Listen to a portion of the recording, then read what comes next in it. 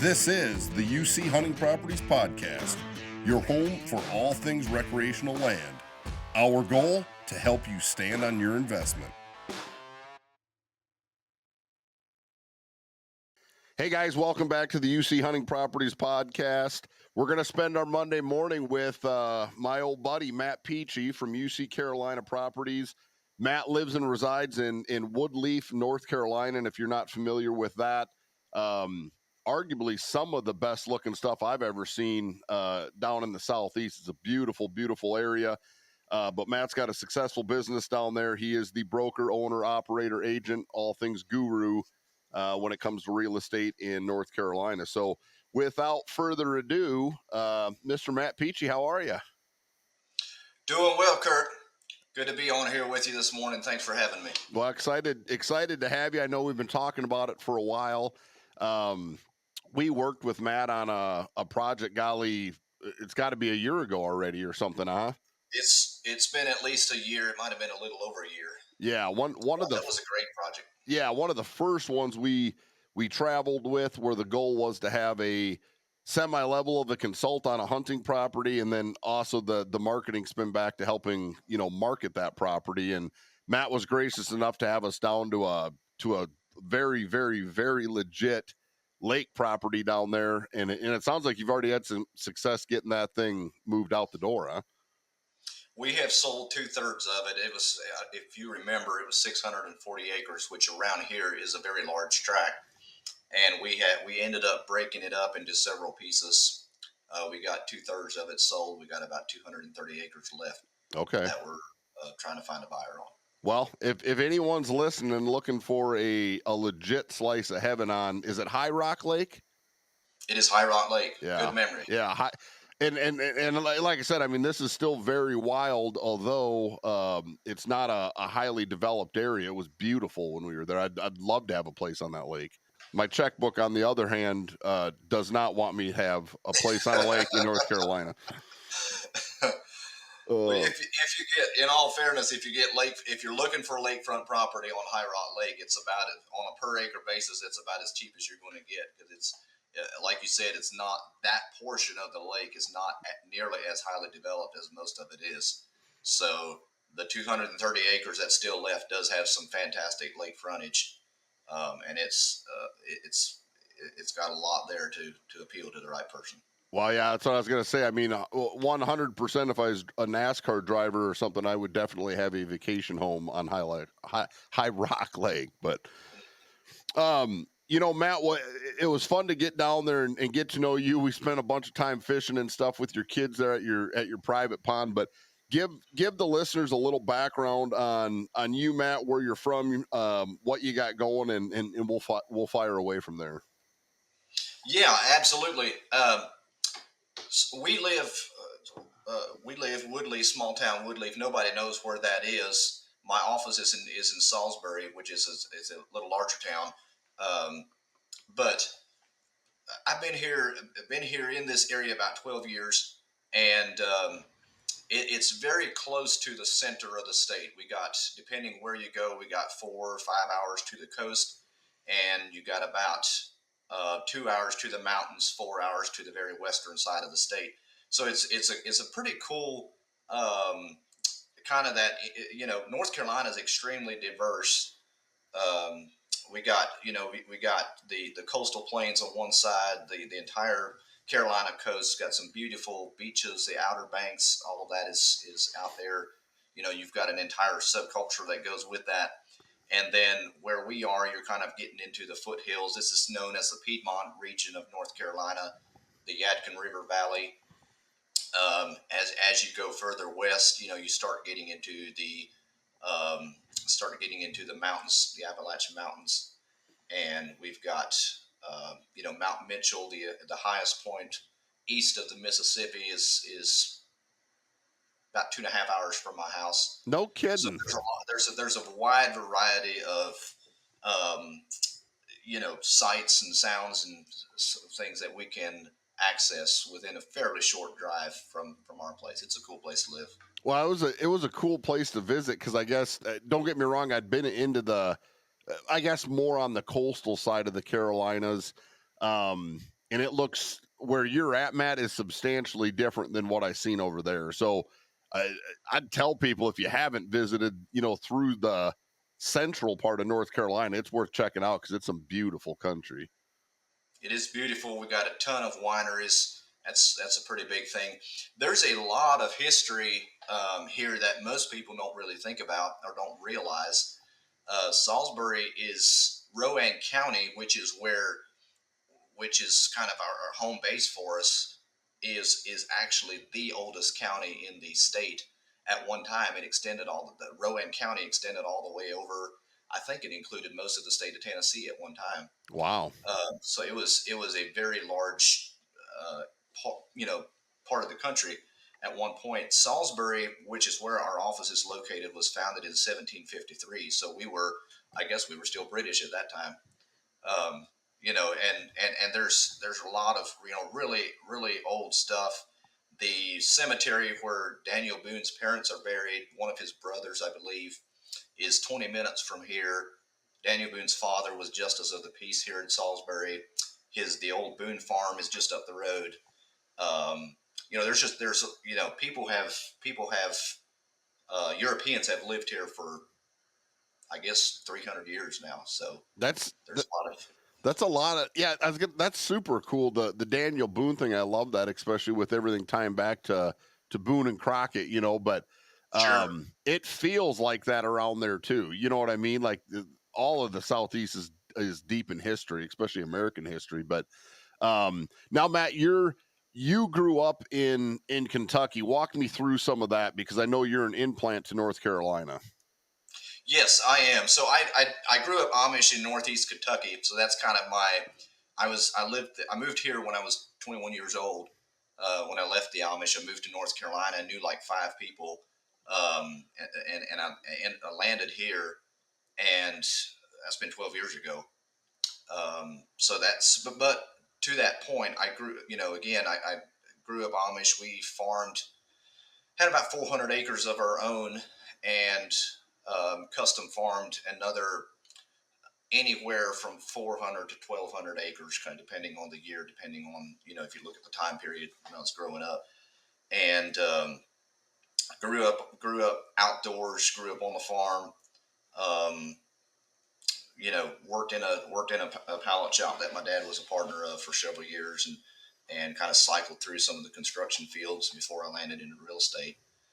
So that was a little bit of my background. I formed this company or this office when I was I got into real estate. I think I was 27 or 28 when I kind of landed in the real estate space, and I started my own office here about 5 6 years ago, which would have put me, my upper 20s. Well, that's what I was going to ask. So, two questions on that, because I think that's intriguing, Matt. That you have a background. You grew up Amish working on the farm. That alone's intriguing. I mean, we could have a podcast about that alone. But two questions that kind of spur from that. Number one, why did you land where you landed in North Carolina? That's number one. And number two, I want to talk about what got you into real estate. So how I landed here is I knew some people in this area, and obviously the Amish Mennonite world is a very closed culture, and I knew I was the oldest in my family, so I knew hardly anybody outside of like our small community, but I did know a couple people here in North Carolina. Right around the time I kind of jumped ship out of the community, I come down here, just trying to figure out where to go, what to do, and um, I never left. I showed up here, immediately had work. I had the skills that were in demand at that time, still are, and found work promptly, and it just that. Now, when you say you found work promptly, Matt, I mean, were you doing trade stuff? Like, I mean, carpentry work? Like, what were, yeah. Yes, it would have been trade stuff, and country boys know this, but when you grow up on a farm, or working with you kind of learn a little bit of everything. So I knew how to do construction. I knew a little bit about pretty much all of the trades. Yeah. And literally the first week I came down, I put siding on a friend's house. Sided, he was building a house, he was wrapping it up, and I put siding on the whole thing. So it was just like from day one, it's like, hey, you need a job, here I got this going on. I know how to do that, so they It, put me to work. it just clicked. It just clicked. So you instantly found work and called it home. What led you into real estate, Matt? Because I mean, it's intriguing to me that you go from growing up on the farm in the Amish lifestyle to up and leaving at a very young age. I mean, you're in your early 20s. You're out swinging a hammer. You're making some money. But by the time you were 26, 27, obviously you were leaned into real estate. Like, what got you there, or what drove that? It's a great question because that is a little bit unusual. Um, it was a variety of things. One of them, um, I kind of had a little bit of a vision. I think where I wanted to go with my life, some of the things I wanted to do, and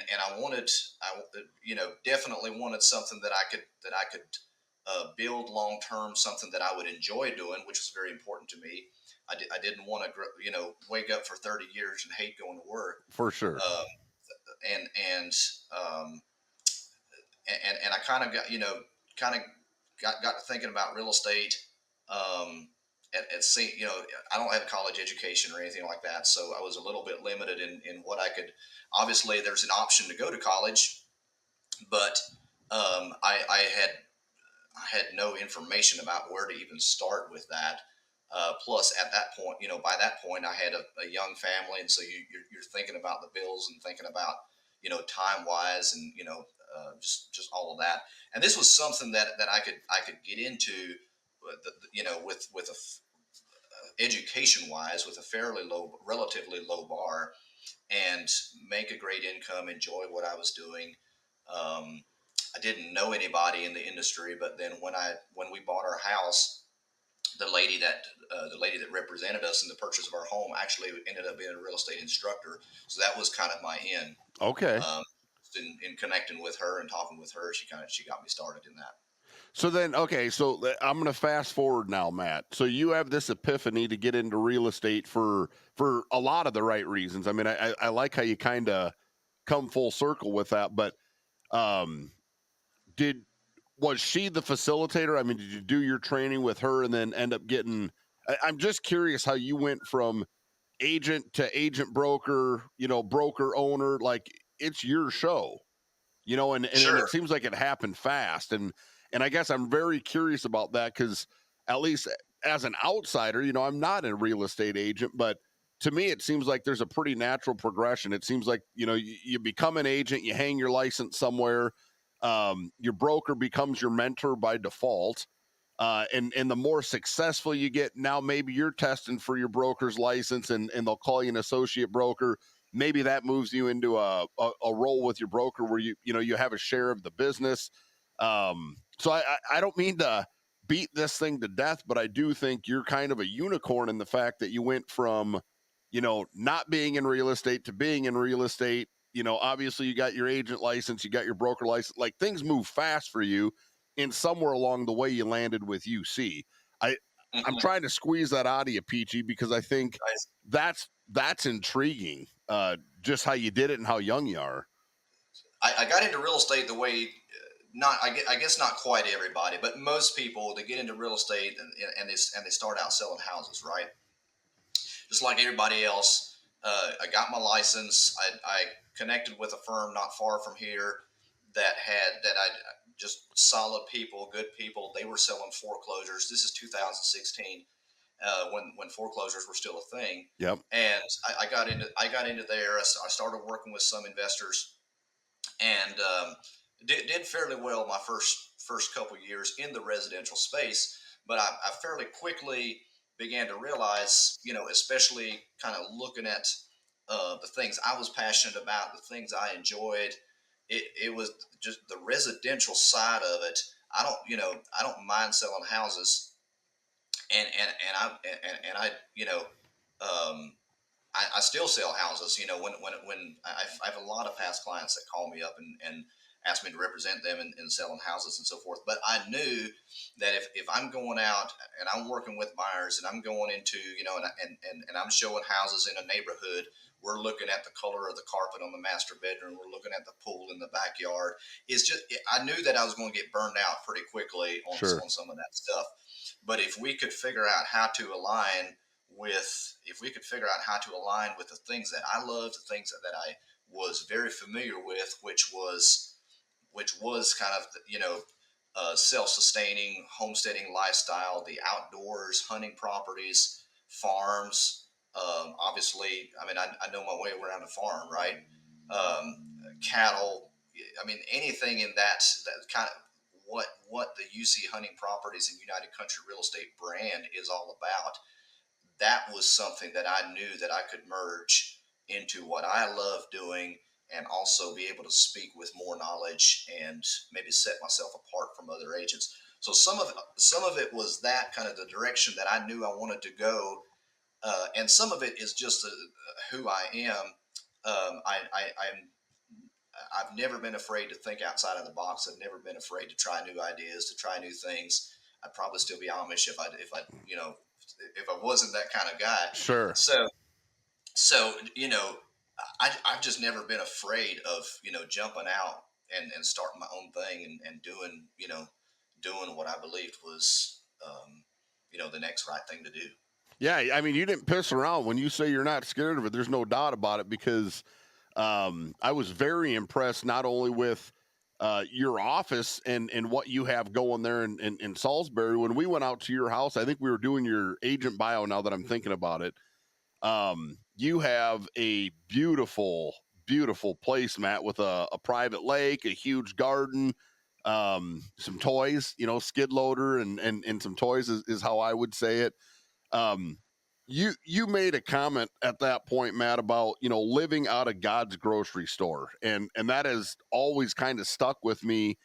And watching you interact with your family and the little kids running around and we're catching fish, and your wife was out in the garden literally, you know, weeding or picking produce, I'm not sure, but um talk to me about that, because I mean, the I love that term, living out of God's grocery store. I mean, you are literally the epitome of that. So walk me through a day in the life of Matt Peachey, because I want to know more, and I think listeners are intrigued by this. I know my wife, I mean, you know, she's into sourdough, and we got the chickens. We're eating farm raised beef and pork.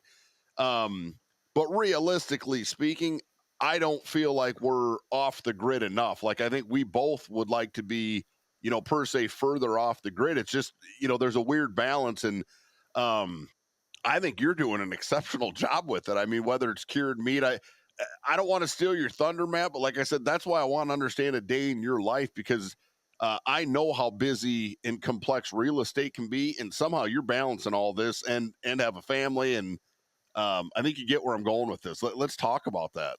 Sure, sure. Um, well, I'll be honest with you, it's not balanced nearly as well as I would like for it to be most of the time. But I will. The idea of living out of God's grocery store, that actually is a tagline from my buddy Styles in Nashville. He's a country music guy, country music artist in Nashville. I connected with him a couple years ago. We've become close friends.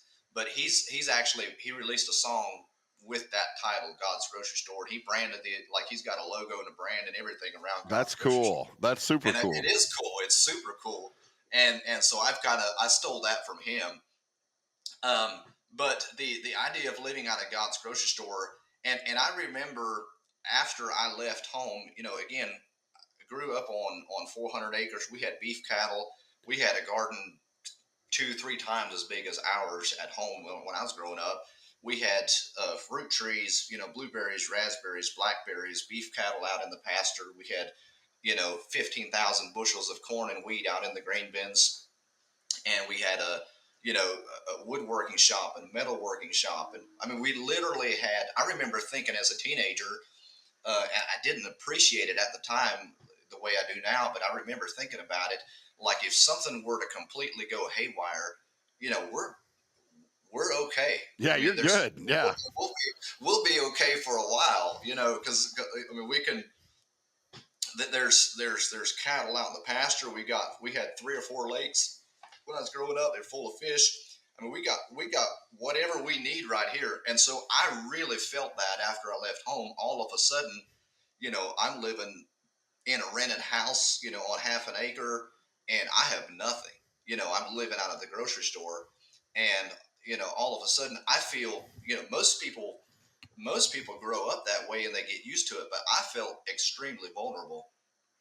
And so it's been a little bit of a journey for me. And we don't live anywhere close to where I did growing up. We have about 7 acres, now. But you described it a little bit. We do have a pond. We catch fish out of there all the time. My 6-year-old son loves to go. He's 7 now, I guess, but um, he's hauled so many fish out of there. It's unreal, and I love to see that. Right. To have my children kind of experiencing the same thing. And we do have, over the years we've added a garden. Now we've got the blueberry plants, we've got some fruit trees coming on, and we got the chicken yard. And it's like we've just kind of been adding those things, um, whether it's uh, probably largely just because we grew up that way, and my wife and I both did, and that's kind of what we know. But the other very real reason is that just with everything going on in the world, and we've seen this the last 3 or 4 years, anybody in the outdoor real estate space like we are has seen this. There is a massive shift going towards this sustainable lifestyle.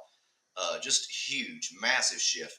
So many people that have been on the fence, I think they had in their subconscious mind, they had this awareness that I am extremely vulnerable, um, depending on my food on a daily basis from the grocery store. And um, and so there's been a tremendous movement, and I've told people this before.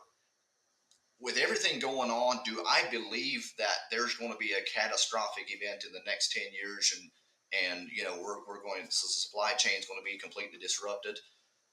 Not really, but man, I sure feel a whole lot better not having to depend on that. You know what I'm saying? Like Well, it's you're dude, you're hitting on something. I mean, not just the overall push.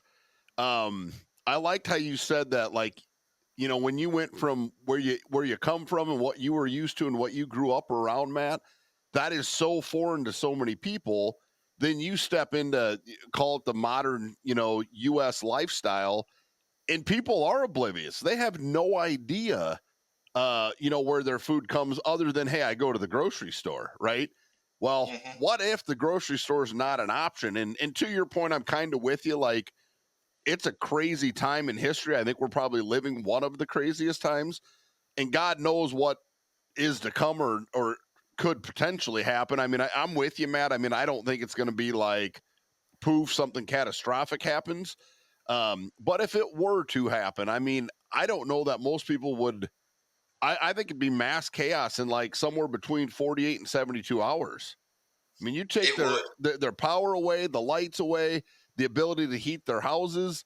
Um, I think people would panic, and I think it'd be an uproar. And the people that have prepared and understand a more sustainable lifestyle, dang sure could weather the storm longer. But um, it's weird because right now it seems like it's almost trendy. It's trendy to to have a solar panel and raise two pigs in the backyard or have chickens.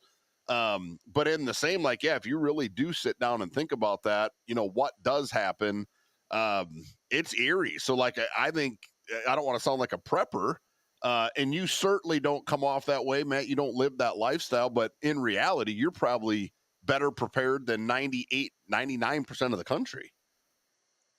Very likely.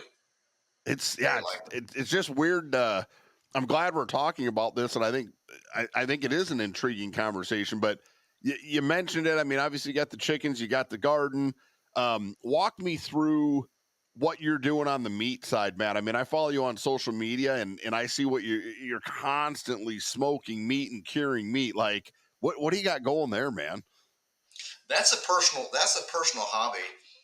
It's just I know not everybody enjoys that, but it's something. There again, um, 10 year or 15 years ago when I was growing up, I had zero interest in that, but it's something my dad did. And now, all of a sudden I'm kind of becoming a little bit of an old codger myself. And I start really, getting into this stuff is starting to become fun, and so I've gotten into that. It started, 8-10 years ago with learning how to do smoke or learning how to do pork butts on a smoker.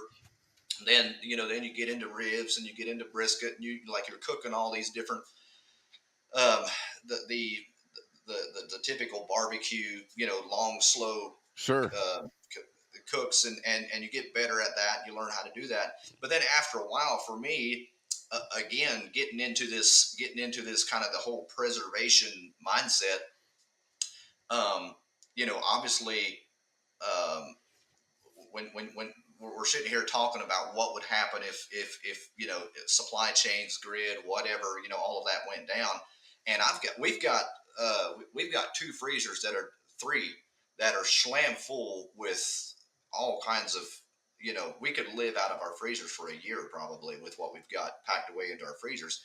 But if the power goes down, that's not worth a whole lot for a very long time. You better have a uh, generator. Yeah. and and so just that knowledge, I think, coupled with my personal enjoyment of it, I've kind of started to explore some of more the old style um, methods of curing meat.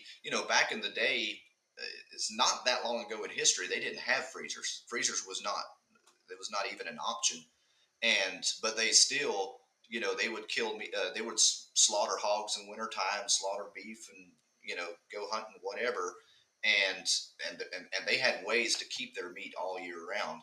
So there's ways to do it. And so for me, it's just kind of been a process of going back, exploring some of those. And also, just you start getting into it, and some of the products that come out of the other end of that are far and away better than anything you'll buy at the grocery store, in my opinion. So No, it's become actually very enjoyable in that sense as well. I'm intrigued, and like I said, I love following along and seeing what old Matt Peachey's up to next, because I swear it's always something. But um, uh, I love this conversation, Matt. I give you guys big kudos. You and your family, your wife, your kids, for doing that stuff, and I think it's neat to. You made the comment, you're starting to find yourself do the stuff your dad did that you had no interest in as a kid, but I think there's something to be said about we're all somewhat a replication of our parents. At some point it makes sense, and I think you're finding yourself smack dab in the middle of that. So yeah, you're an old guy. um Matt, I'm going to shift gears with you.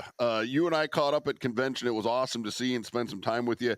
You had an awesome experience in western Wisconsin last fall, bow hunting, and that was intriguing to me too. I mean, walk us through that trip, because this is a cool story. Yes, that was a fun trip. I try to do. I'm at a stage in my life where it's hard to go. And I love this is a hunting properties podcast, a hunting podcast, and we're sitting here talking about gardening, but Hey, it all goes uh, hand in hand, man.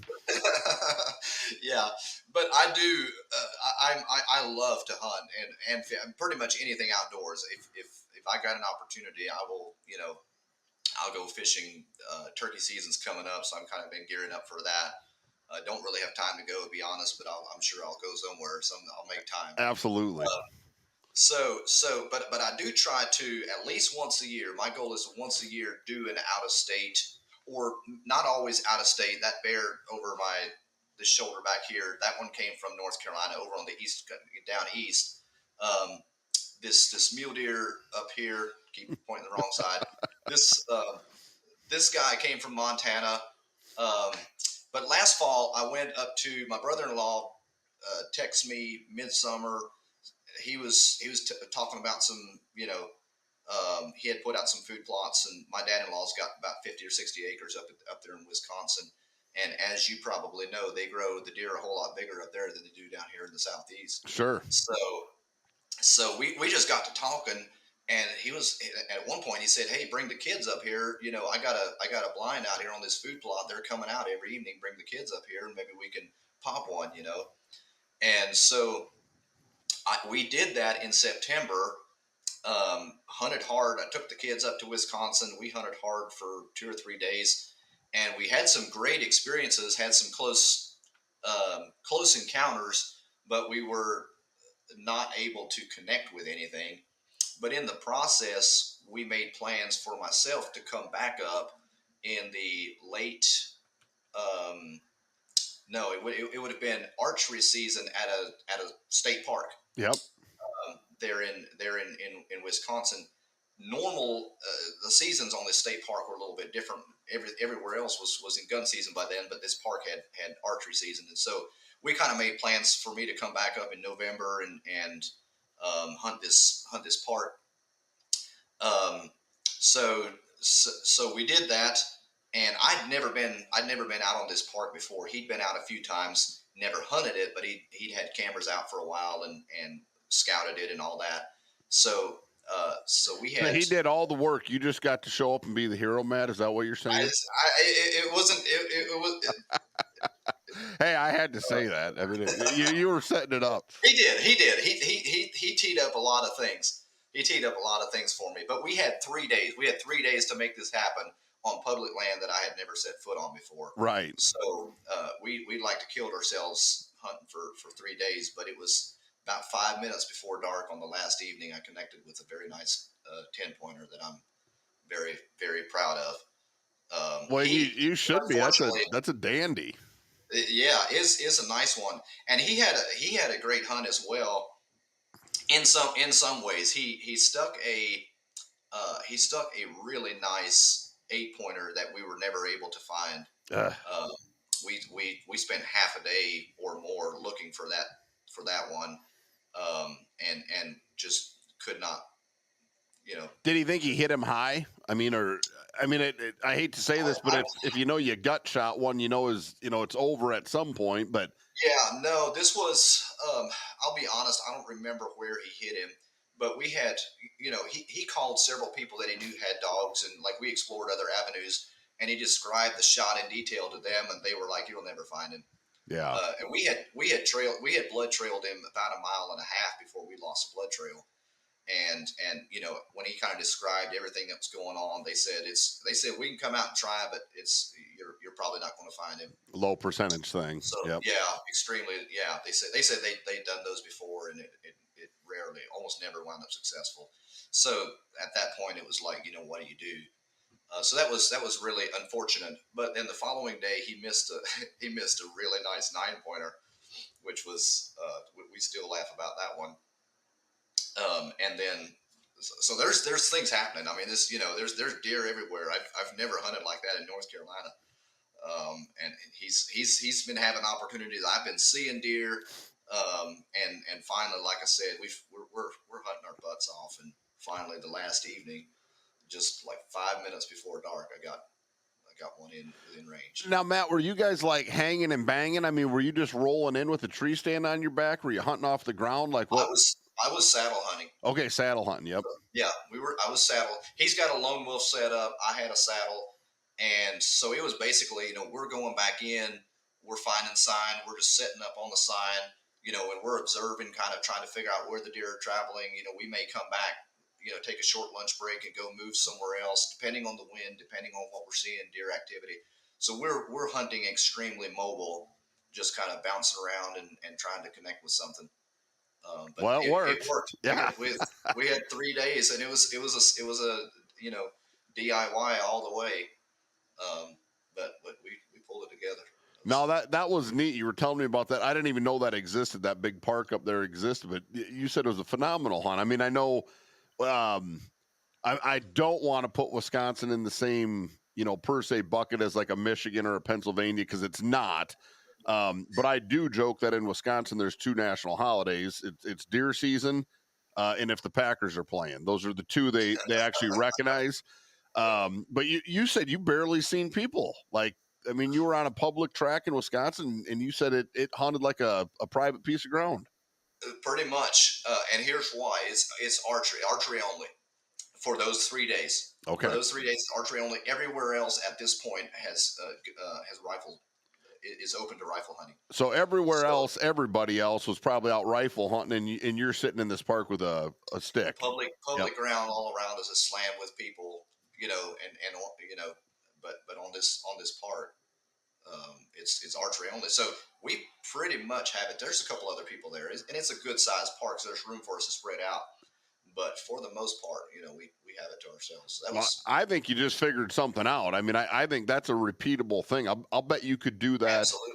every year, and just with the shuffle of gun season going on around that general area. I mean, I get you're more limited with a bow, but in the same breath, like, I'll bet that place hunts better those 3 days, given the situation you're in, than it does the rest of the year. I would imagine we saw more deer and had more opportunities with the way we were hunting as opposed to if I'd have had my 308 over on some public land nearby. That's yeah, I would guess the exact same. I would absolutely guess the same. But yeah, congrats. That was a great deer. I wish I would have known you were in town, because that's kind of a stone's throw from, where our studios. We're sitting here in our studio. Yes, we're in Iowa. But you for sure were within 45 minutes, if not an hour from us right here. We would have been I would have been an hour from Iowa. Yeah, yep, yep. And we're Yep. close to And the I'd at least come over and I'm still jack you annoyed up a that I little. didn't. I'm still annoyed that I didn't text you. It's for whatever reason. I know you're in Iowa. I'm in Wisconsin. It never crossed my mind that we would be that close. Right. And most of the emphasis on the deer hunting in Iowa comes out of southern Iowa. We're kind of the anomaly up in the northeast corner, but kind of neat, because that's very similar terrain to what we're hunting here. So you got a taste of Iowa, but you were on the Wisconsin side. Sure. Yeah. Well, Matt, we'll start to wrap this thing up. I mean, um, and I'm going to ask this. I mean, I'm literally going to ask it like this.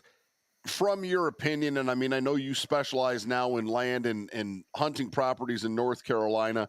I think this kind of relates to everyone across the board. But, if I asked you a question like, what does success look like, through Matt Peachey's eyes, how would you frame that thing up? I mean, with everything you got going on, and now I'm chuckling. We're gonna have to do another podcast, Matt, because I just realized you got your guitar sitting in the background, and I know you literally have some songs out on like iTunes, and uh, again, we could spend an hour talking about that alone, but Sure. I don't.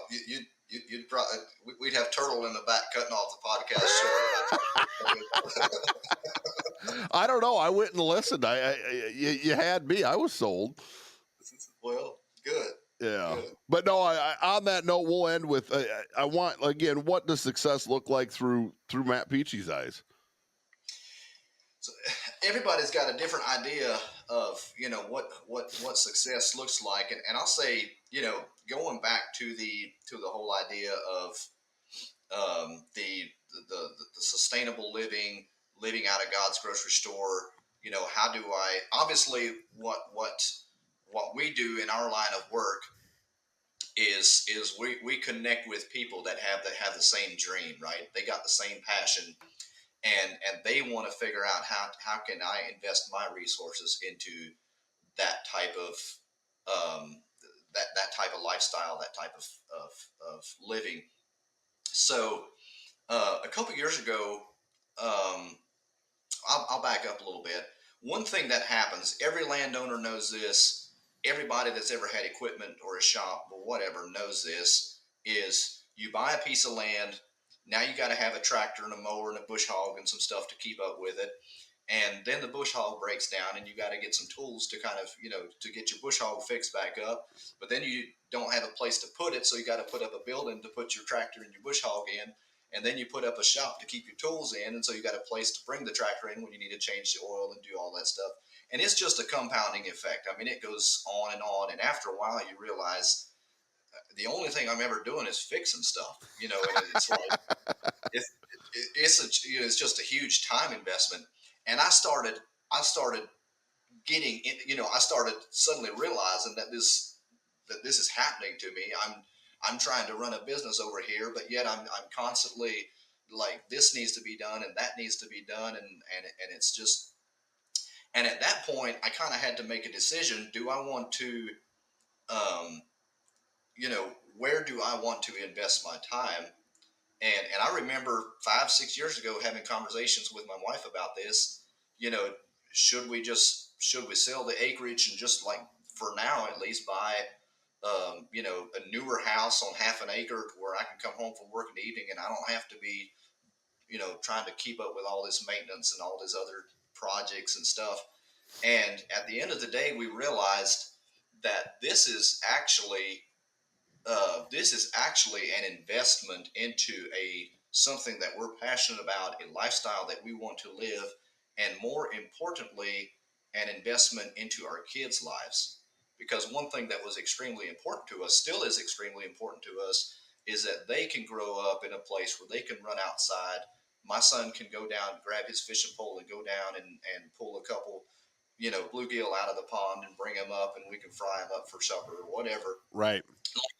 Living in that kind of lifestyle, just like that was something I was not willing to give up. And so at that point, I kind of began to, all this time I was spending and all this money I was putting into this stuff, I began to look at it as more of an investment rather than cost. So when I think about when I think about success, I know a lot of people, they're looking at their bottom dollar or bottom line, and they're looking at what did I bring home last year. And for me, it's always been a little bit more, some of these goals that I have for my family, long term goals, the way we want to live, some of the skills that I want them to be able to grow up with. I don't even know how you put a dollar value on some of that stuff. Some of those Yeah. memories, experiences, and even the skills. My kids just last week I come home from work one day and they were showing me this little seed packet they had bought from a seed company that we buy from, but it was like a kids variety seed pack that that kids could buy, start growing their own little garden, and they keep track of what they grow, how much it produces, and at the end of the summer they turn all that back in, and everybody gets entered into a prize for $35. This is Nice. a $3 packet of seeds, and so they're like all excited about this. But the valuable thing to me is, not only are they having fun doing that, but they're learning things that will be you know, worth, I have no idea how much in the future. I mean, it depends on And a lot of things, but yeah, it's and you're right, Matt. I mean, we all kind of put that success meter on, to your point. What are you bringing home? What are you producing? I don't know that you can put a value on everything else that you're talking about. I mean, it's a lot. If you could, it would be worth a lot. But I think that's super cool. And actually, I'm going to go try to figure out where that seed packet comes from and teach my kid that way. Cause same thing. Like, I think that even goes back to like entrepreneurial spirit. Like, they control their destiny, put seeds in the ground, water it, fertilize it, watch it grow. And let's be honest, we're all competitive. So, of course, I want my kid to have the biggest tomatoes or the biggest peppers or whatever. But yeah, I didn't mean to cut you off, but like I said, we keep talking, and the more we talk, you keep tripping little triggers in my brain too. But I don't know how you put a value on how you're raising your family and how you're spending your resources on your style of lifestyle. What I do know is you're living the lifestyle, and that's why we love having you as a member of UC Hunting Properties, Matt. Like, someday you need to write a book, and I'll buy it, but I'm getting a signed copy when you publish it. Is all I'm saying. I'll be happy to do that. I don't know about writing the book, but if I do, you'll get a signed copy for You sure. you find a ghostwriter, Matt. I'm not saying you need to write it, but find a ghostwriter and walk them through your life because it's cool, man, and you got a long ways to go. So this is great. Absolutely, absolutely. It's a fun ride. Yeah. It's a fun ride. You figure it out as you go. Well, hopefully we can share a couple campfires along the way at a hunting camp, Matt. But we're gonna bail today. I know it's Monday. I know you're busy. I know we're busy. But appreciate you jumping on, brother, and sharing your story. We greatly appreciate you. And if anyone's looking for dirt in the middle of North Carolina, I don't know that you could be better served by anybody but Matt Peachey. Give him a holler. Absolutely. You want to raise some chickens? I'll show you how. Sounds good. Thanks, Matt. Take care of yourself. Y'all too. Good to see you.